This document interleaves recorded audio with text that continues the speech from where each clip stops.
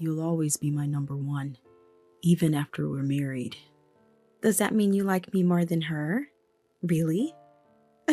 I'm gonna miss seeing you as soon as we tie the knot. I overhear a conversation from the living room that I wish I hadn't.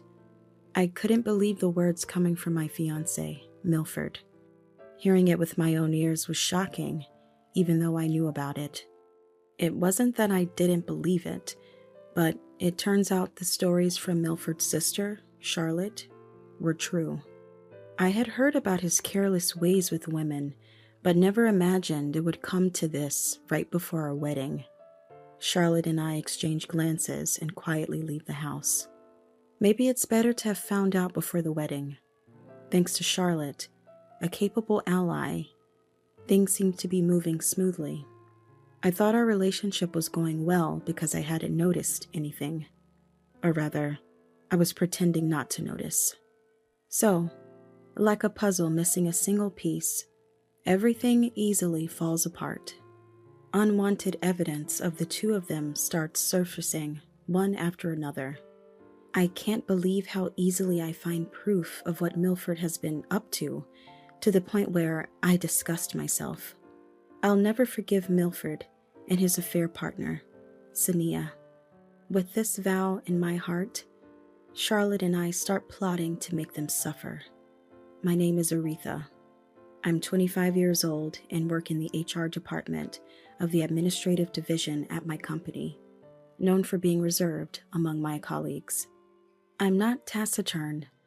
I'm just not good at initiating conversations, nor do I prefer to be cold. Currently, Milford and I live together in our own home. Milford was the only one who actively approached me at work, where I rarely spoke. He's 2 years my senior and could be considered the ace of the sales department.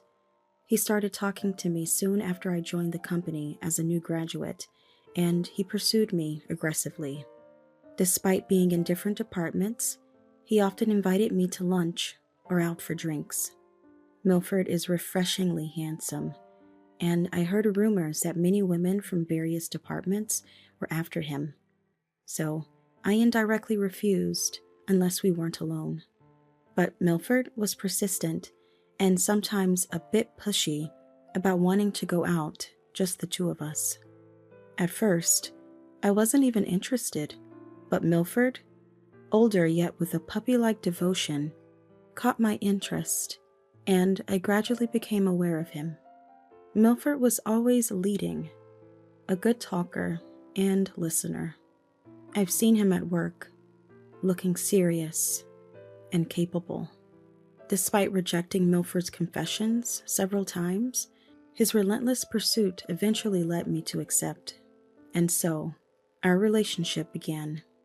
We've been living together for 3 years now, dating. Just before our 3rd anniversary, Milford proposed, and we're about to have our wedding. The family meeting dinner went smoothly, and the wedding preparations were progressing well. That was when I first met Charlotte, and being close in age, it didn't take long for us to get along. Charlotte, with her friendly nature, was great at engaging even someone like me in conversation. For the first half year, Milford joined the wedding planning and we went on dates afterwards. But recently, citing work, he's been leaving me to attend the meetings alone. "You should do what you like, Aretha," he'd say, a phrase that seemed to become his catchphrase. He's been coming home later and later, so I decided to confront him about whether it was really work. "It really is work. Sorry for making you feel insecure. It's just a busy period with a big project. I'll try to make more time from now on." Though I wasn't convinced, he promised to make time, so I didn't press further. I only accompanied the planner for weekly meetings before parting ways there. Even though he began making time once a week, his late-night returns during the weekdays increased. He also started going on more business trips.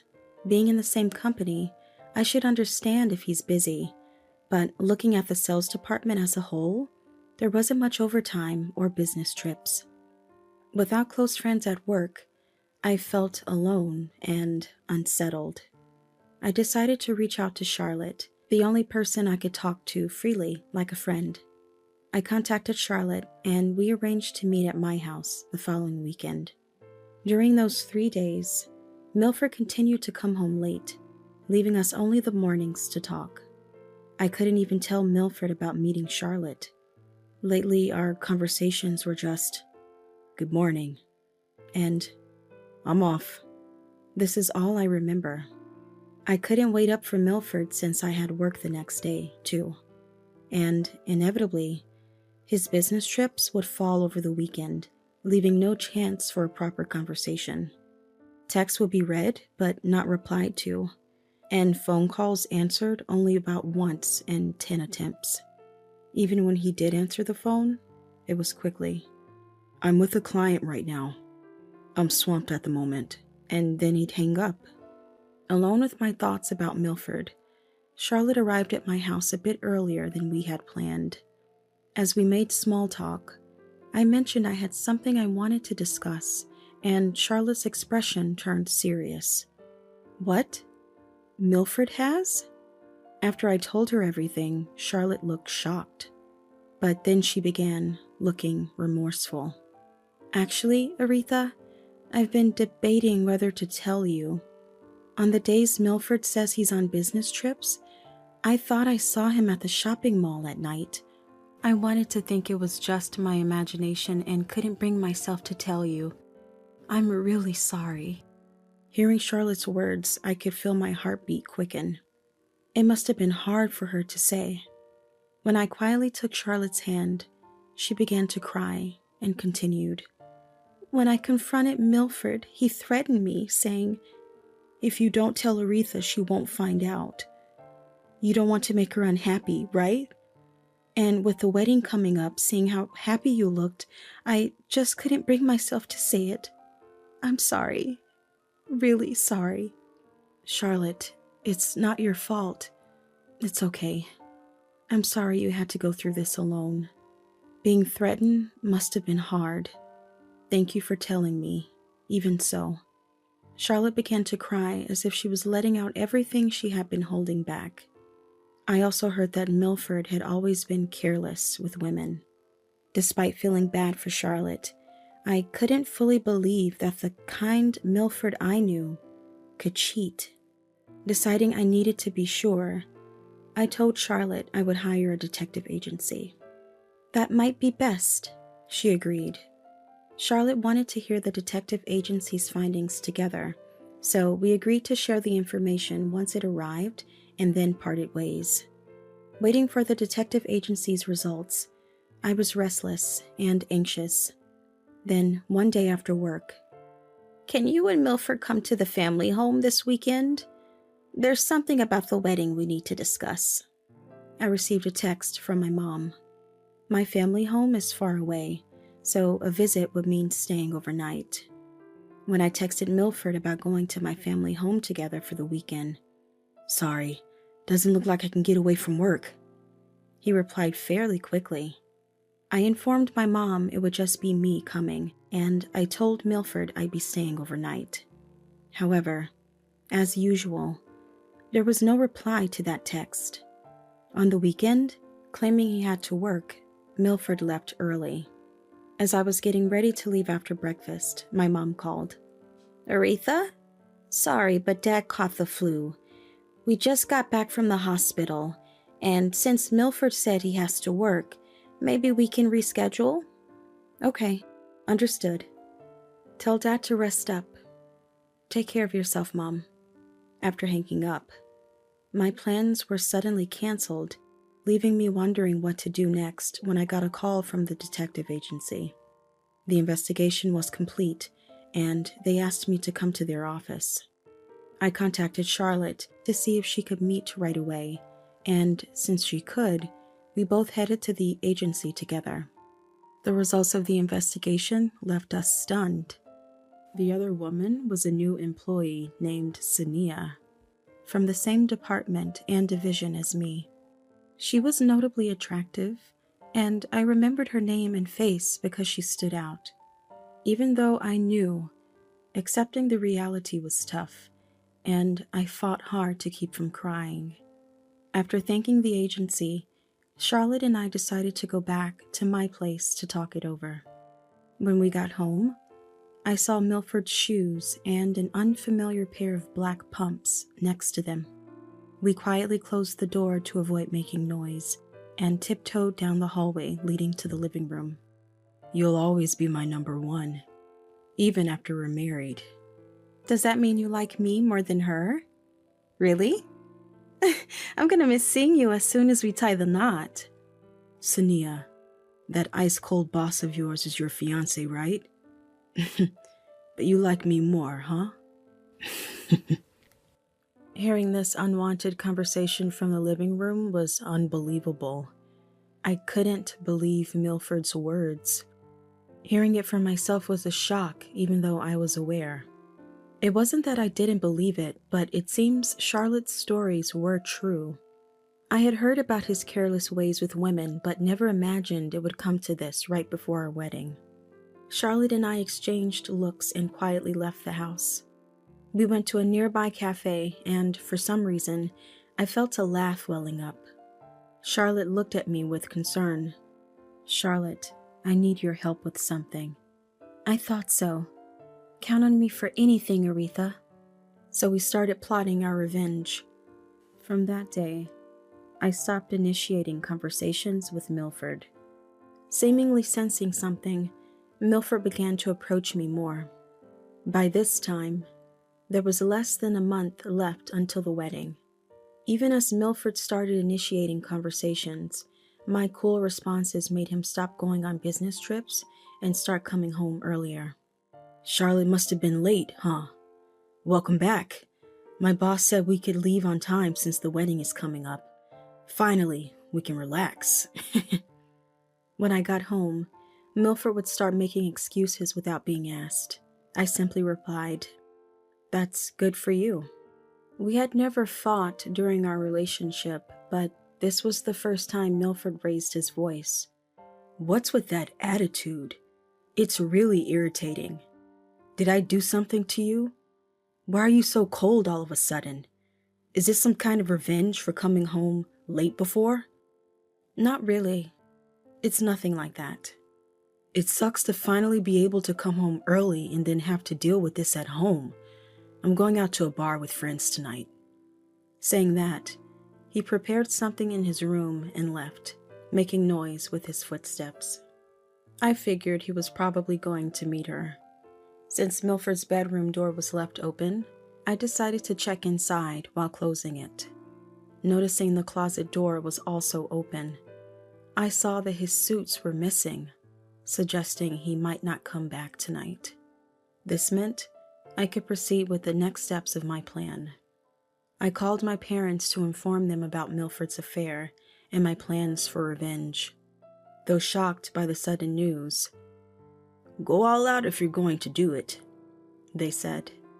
After ending a call with my parents, I noticed a text from Milford asking, "Do you understand why I left? Reflect on your actions." I didn't reply, but took a shower and went straight to bed.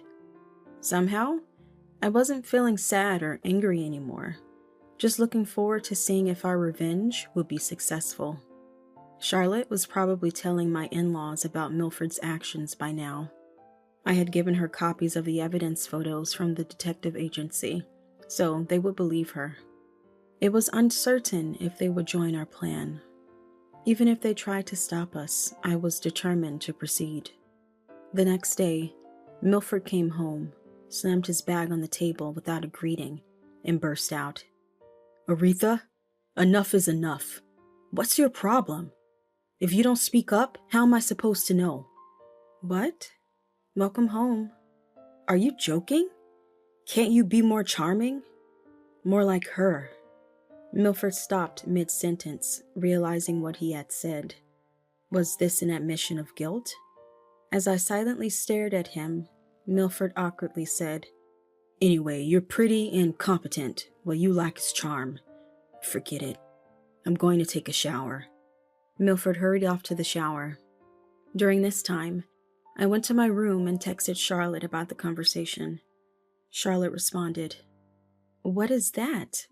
A confession?" Finding the situation amusing.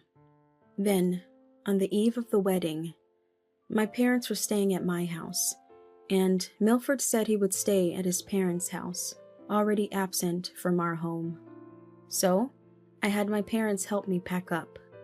"Aretha, are you really leaving this house?" "Yes, I'm done. I don't need memories with Milford."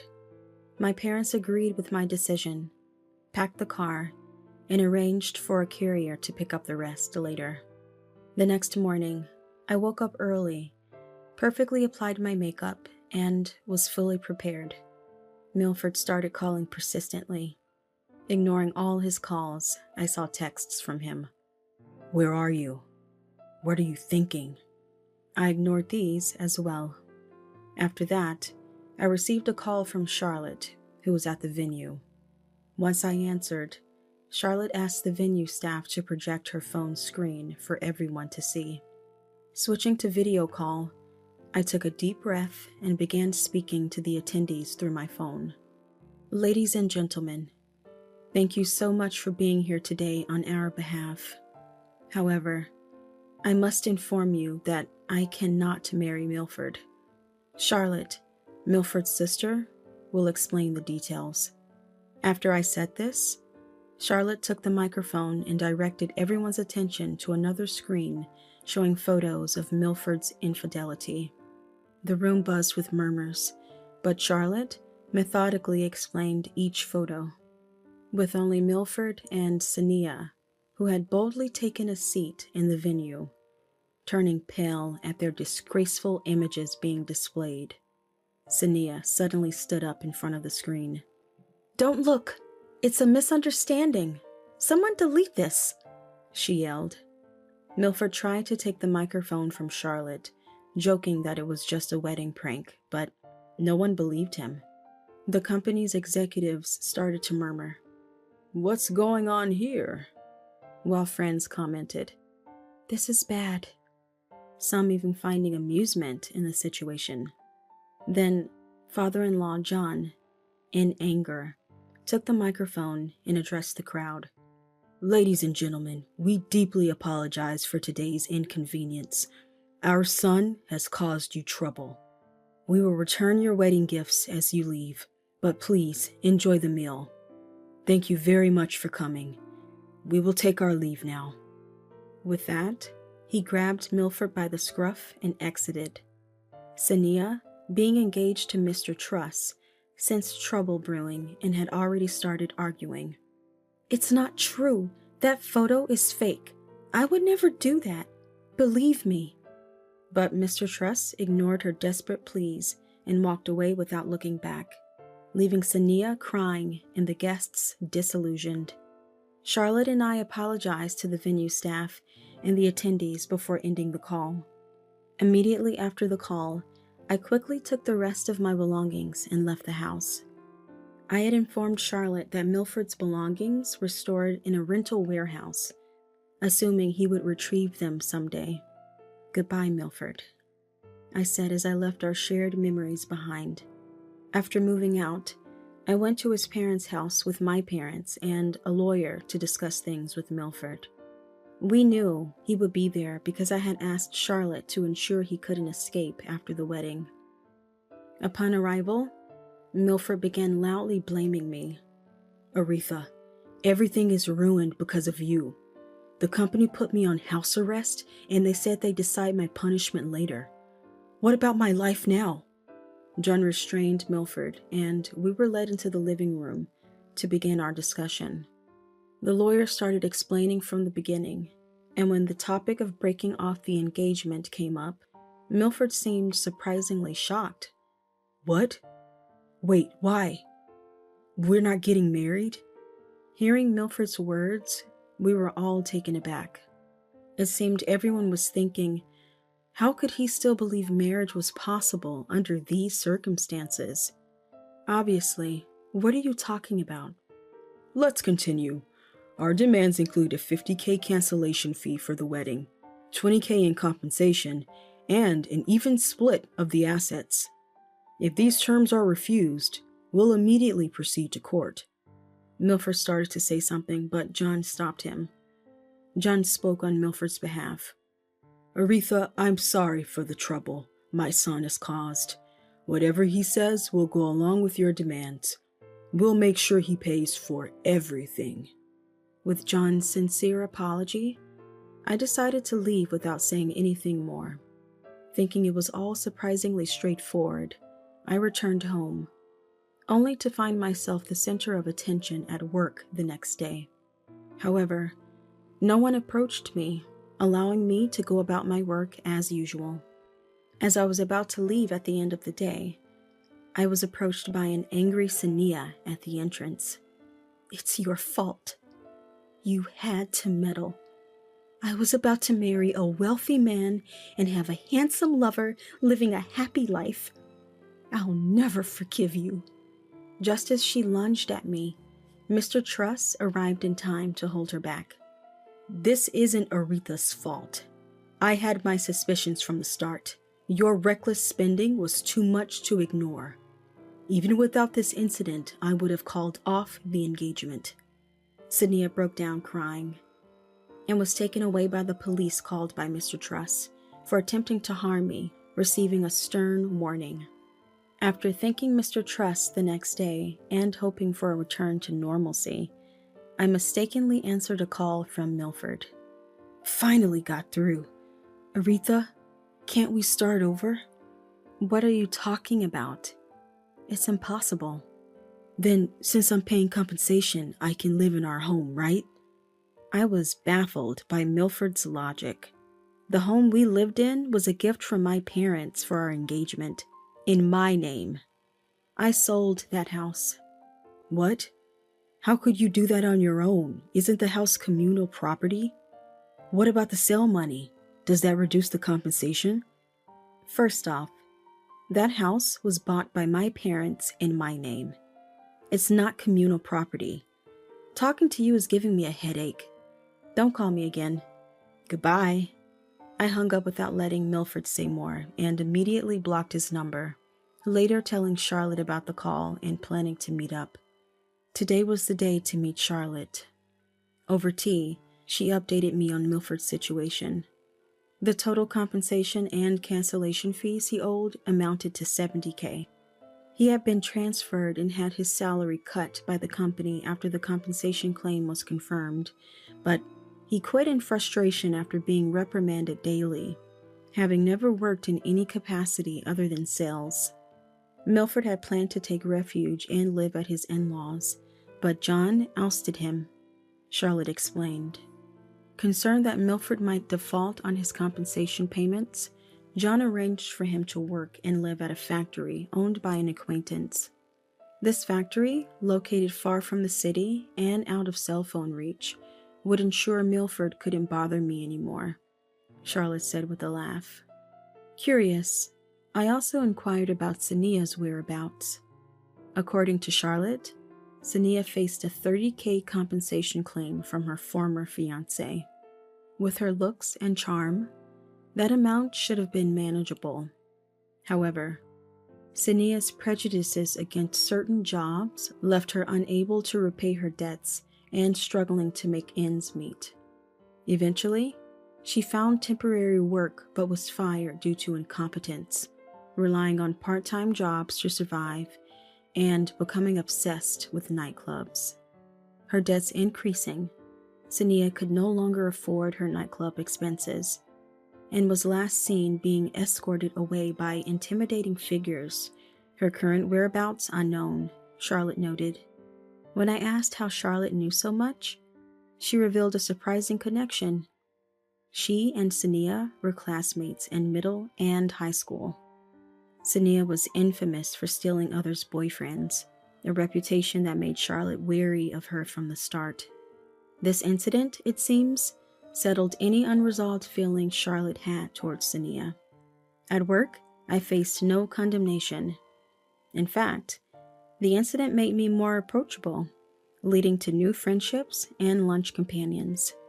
Conversations with Mr. Truss revealed a shared compatibility, evolving into regular outings on weekends. The future of this relationship remains uncertain. Charlotte and I continue to share a close bond, akin to sisters or best friends, planning to maintain our friendship